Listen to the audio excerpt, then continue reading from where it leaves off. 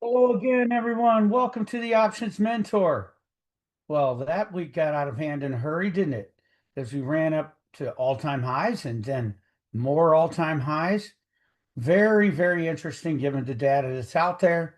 I just read something humorous before I started this video. Last week, the market went up on the ADP unemployment report the day it came out.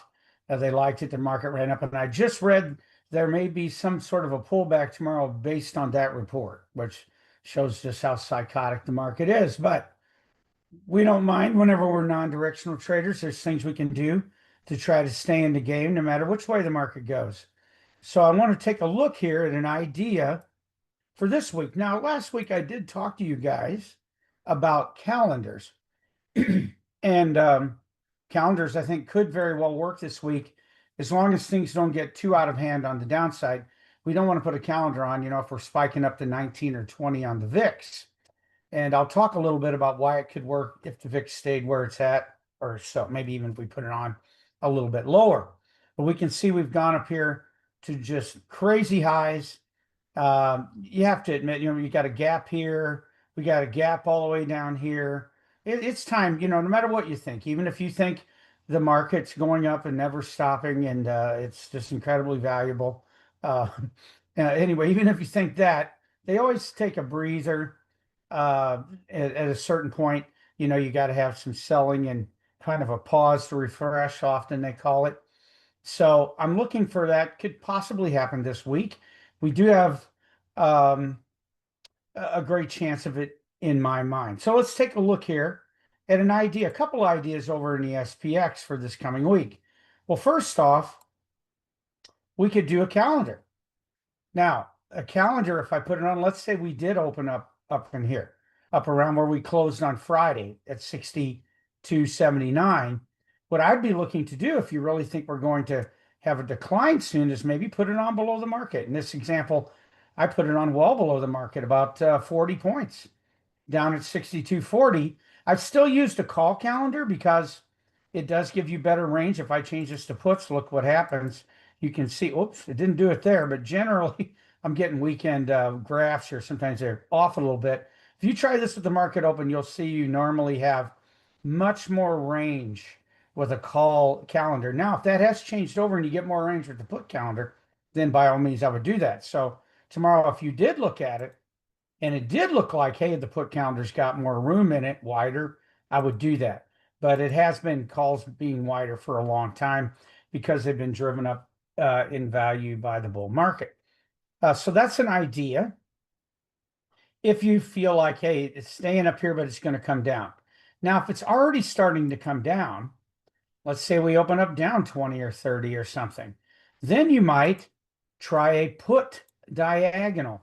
Now, put diagonal, the way I do them, you buy the put, the one you buy, be 3 days after the one you sell. I'm using selling the 18th, buying the 21st, same as I was with the calendars.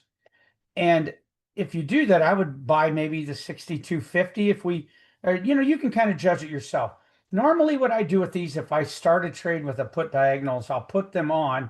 Let's say we open at 62.40, I'd probably do the 62.50 or 60. I usually buy the long a little above where we're trading and then sell the short 10 points below wherever I bought that long, like this. Now, why would I choose that? Well, that one has just a lot more room to the downside, right?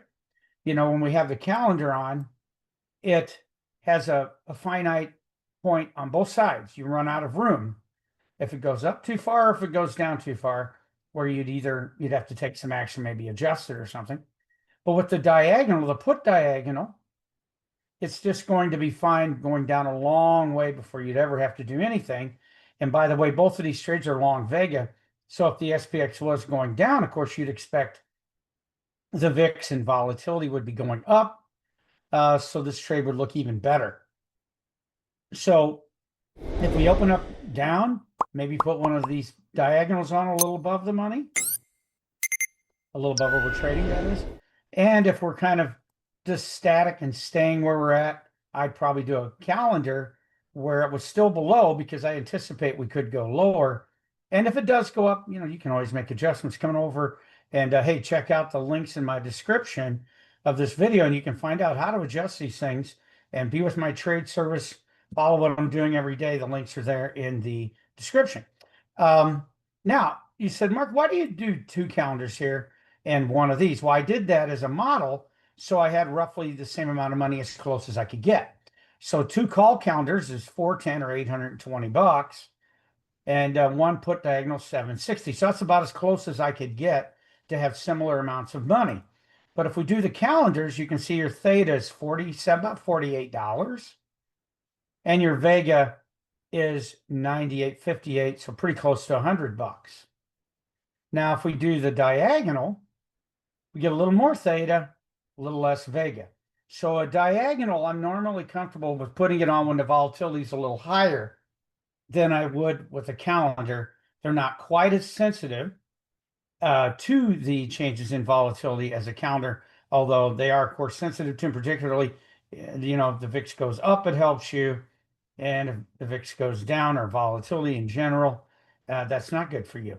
But this trade here, I think either one of these has a decent chance of being a reasonable trade tomorrow. Of course, don't do these trades if you don't understand them. Put them on paper. See what you think of them.